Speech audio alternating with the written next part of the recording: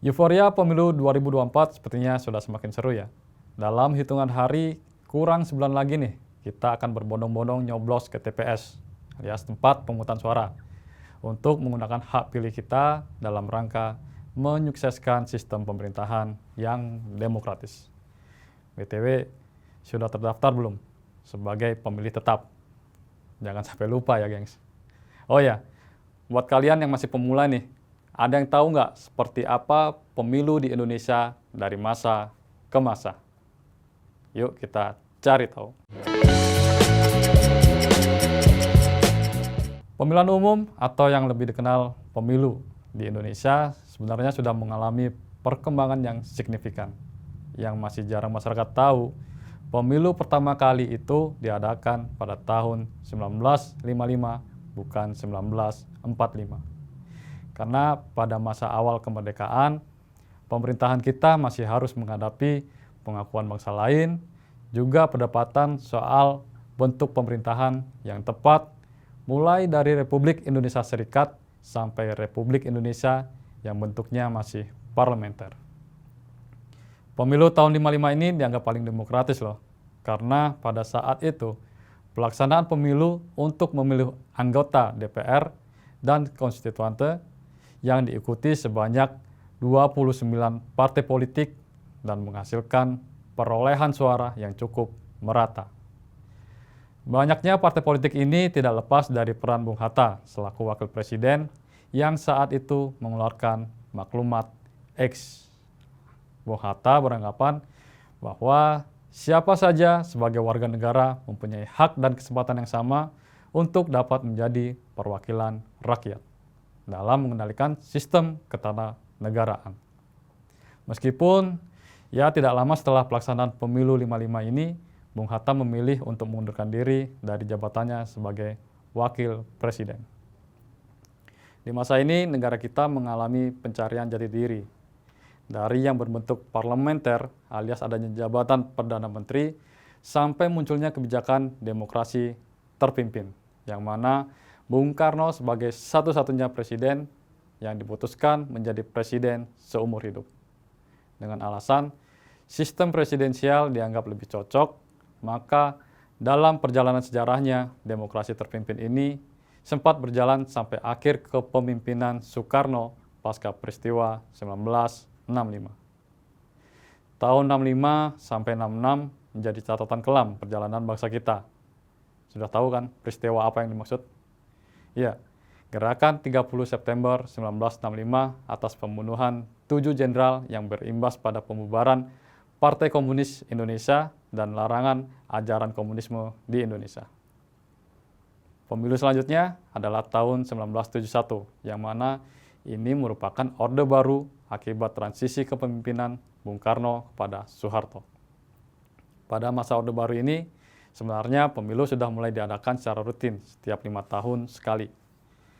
Tapi sayangnya nih, dengan alasan stabilitas politik nasional atas tragedi 65, pemilu masa orde baru hanya boleh diikuti oleh 3 partai politik saja, yaitu Partai Persatuan Pembangunan, Partai Demokrasi, dan Partai Golkar. Pada saat itu masih belum partai ya, tapi golongan karya. Ya, pemerintah membuat suatu kebijakan penyederhanaan partai politik berdasarkan ideologi partai yang berasaskan Islam, nasionalis, dan golongan seperti kelompok pekerja, ABRI, dan pegawai pemerintahan. Pemilu-pemilu di masa Orde Baru ini sering diwarnai dengan kecurangan dan manipulasi, sehingga hasil pemilu tidak mencerminkan kehendak rakyat yang sesungguhnya. Bayangkan nih, selama masa Orde Baru berkuasa, masa yang menang hanya Golkar, dan lagi-lagi presiden yang terpilih sebagai mandataris adalah Soeharto. Karena di masa ini yang boleh memilih presiden adalah anggota parlemen. Sudah tahu kan siapa yang mengisi ruang parlemen di masa Orde Baru. Sebelum masuk ke era reformasi nih, medio 96 sampai 1998 Indonesia mengalami kekacauan, termasuk juga krisis moneter yang mengakibatkan demonstrasi mahasiswa besar-besaran menuntut Soeharto mundur dari jabatannya serta mendesak pemilu yang lebih terbuka. Pada masa reformasi, pemilu mulai kembali demokratis nih. Pemilu tahun 1999 diikuti oleh 48 partai politik dan menghasilkan perolehan suara yang cukup beragam. Pemilu-pemilu di masa reformasi juga telah menunjukkan peningkatan, baik dari segi partisipasi masyarakat maupun dari teknis penyelenggaraan pemilu. Dan tingkat kesadaran politik di masa reformasi menjadi lebih baik. Kalau pemilu Orde Baru hanya ada panitia pemilihan, di era reformasi mulai itu dibangun sebuah sistem pemilihan umum yang lebih independen dan profesional. Dengan keluarnya Undang-Undang Pemilu, terbentuklah Komisi Pemilihan Umum atau KPU dari tingkat pusat sampai daerah sebagai penyelenggara pemilu di Indonesia. Selanjutnya, seiring berjalannya waktu, yang tadinya panitia pengawas pemilu atau Panwaslu bersifat ad hoc, akhirnya dibentuk sebagai badan permanen yang berganti nama menjadi Badan Pengawasan Pemilihan Umum atau Bawaslu. Kalau KPU punya tugas menyiapkan perangkat pemilu mulai dari pemilihan legislatif sampai tingkat eksekutif, nah Bawaslu nih tugasnya memastikan pelaksanaan pemilu tidak terjadi kecurangan maupun pengawasan agar pemilu benar-benar terlaksana secara demokratis.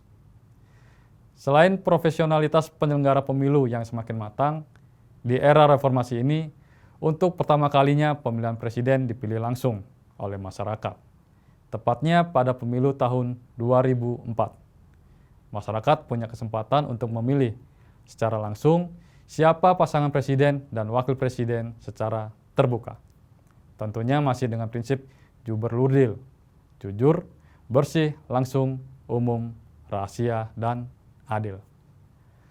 Partisipasi masyarakat pun semakin melek politik, sehingga pemilu dengan sistem terbuka seperti sekarang ini menimbulkan kos politik yang tinggi, serta praktik money politik yang tidak bisa dihindarkan. Ya gimana nggak berbiaya mahal ya? Kan terbuka bebas untuk mencari suara.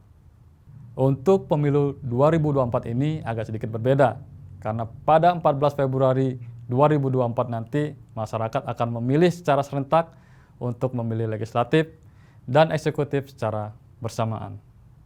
Pemilu memang salah satu pilar terpenting dalam demokrasi. Saking pentingnya, rasionalitas dalam memilih wakil rakyatnya menjadi PR besar juga bagi masyarakat dan netralitas penyelenggara pemilu.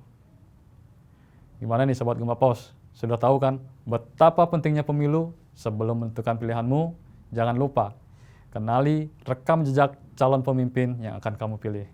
Idealnya sih, pemilu bisa menjadi sarana bagi rakyat untuk menitipkan amanah kepada para calon pemimpinnya nanti biar bisa membangun Indonesia yang lebih baik, adil, dan sejahtera. Jangan sampai salah pilih, apalagi golput ya gengs. Semoga pemilu kali ini benar-benar demokratis. See ya.